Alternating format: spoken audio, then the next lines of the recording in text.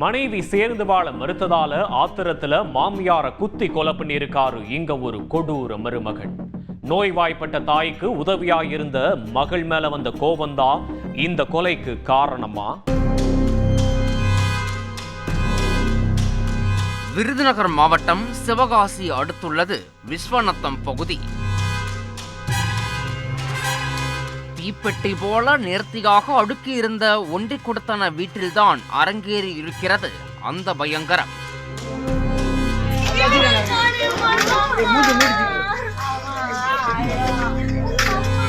உடம்புக்கு முடியாமல் நோய்வாய்ப்பட்டிருந்த பெண்ணை கத்தியால் குத்தி கிழித்துவிட்டு தப்பி ஓடி இருக்கிறார் ஒரு கொடூர கொலைக்காரன்.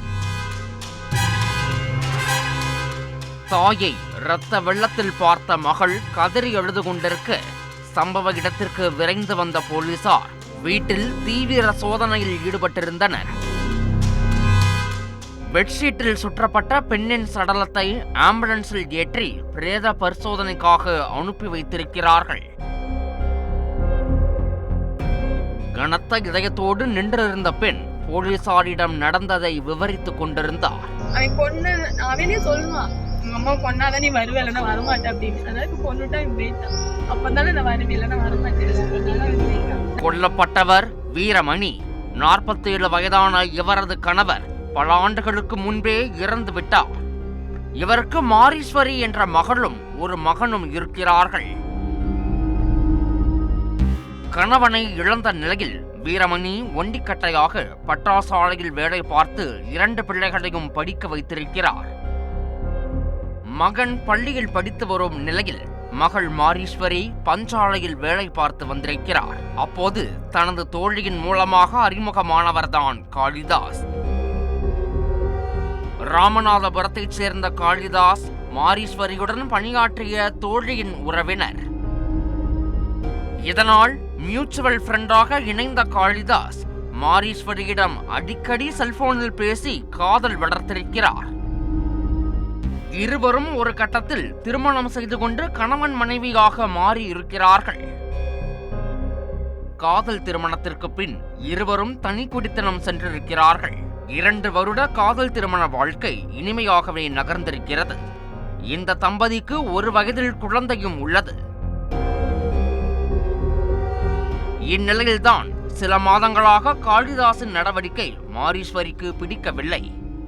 இருவருக்குள்ளும் அடிக்கடி கருத்து மோதல் வெடித்திருக்கிறது. இந்த சூழலில் அந்த மோதலை அதிகப்படுத்தும் விதமாக ஒரு சம்பவம் அரங்கேறி இருக்கிறது. வீரமணி HIV நோயால் பாதிக்கப்பட்டிருப்பது உறுதியாகி இருக்கிறது. அடிக்கடி உடல்நலக்குறைவால் பாதிக்கப்பட்டு மிகவும் சிரமத்திற்கு ஆளாகி இருக்கிறார். இதனால் மனம் கேட்காத மகள் மாரீஸ்வரி அடிக்கடி தாயை வந்து பார்த்து மருத்துவமனைக்கு அழைத்துச் செல்வது, தேவையான உதவிகளை செய்வது என ஒத்தாசையாக இருந்திருக்கிறார். இது காளிதாசுக்கு இன்னும் ஆத்திரத்தை அதிகரிக்க செய்திருக்கிறது. அம்மாவை பார்க்க போகக்கூடாது என மாரீஸ்வரியிடம் அடிக்கடி சண்டை போட்டு வந்திருக்கிறார். ஆனால் ஒரு கட்டத்தில் அம்மாதான் முக்கியம் என சொல்லிவிட்டு வீட்டை விட்டு வெளியேறிய மாரீஸ்வரி தாய் வீட்டில் தங்கி அவரை பராமரித்து வந்திருக்கிறார். இதனால் கொலை வெறியின் உச்சிக்கே சென்ற காளிதாஸ் மாமியாரை ஒரே அடியாக தீர்த்து கட்டினால்தான் தனது குடும்பம் ஒன்றாக முடியும் என முடிவெடுத்திருக்கிறார்.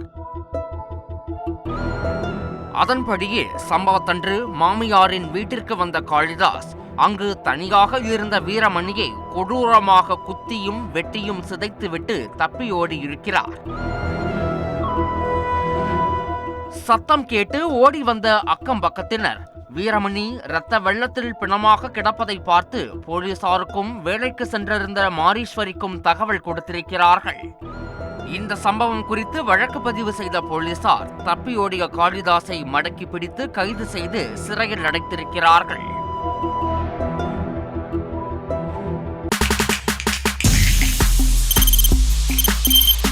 தவிர்க்க முடியாத தம்ப்நெயில்ஸ், கலக்கலான கண்டென்ட்ஸ், சினிமாவும் சீரியஸ் பிரச்சனைகளும், சும்மாவே ராம் சரண் தளபதி விஜய் எப்படா பெரிய கலகலப்பும் கைகலப்பும் me too love you. Thank you sir. அவருக்கு அந்த மாஸ் ஏத்துறது ஏற்ற தெரிக்குதுனாலே டன்னு தான். பிரேக்கே இல்லாமல் பிரேக்கிங் நியூஸ் சொல்லும் தந்தி டிவி ஆப். இன்ஸ்டா தலைமுறை வரை இறங்கி அடிக்கும் தந்தி டிவியின் டிஜிட்டல் எக்ஸ்க்ளூசிவ்.